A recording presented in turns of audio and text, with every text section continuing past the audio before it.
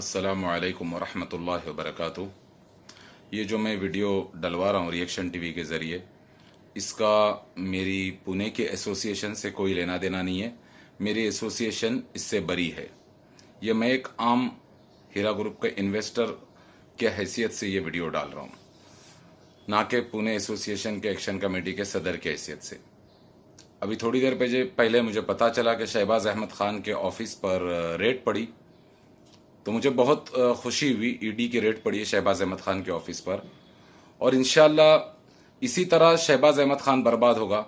जिस तरीके से इसने इतने लाखों मुसलमानों का रोज़ी रोज़गार पर जो इन्होंने हमला किया है, ऑल इंडिया मजलिस इत्तेहादुल मुजरिमीन, ऑल इंडिया मजलिस इत्तेहादुल मुफसिदीन, ऑल इंडिया मजलिस इत्तेहादुल चोर, ऑल इंडिया मजलिस इत्तेहादुल हरामखोर, चोर इबिन चोर Asaduddin Owaisi, land grabber Ibn land grabber,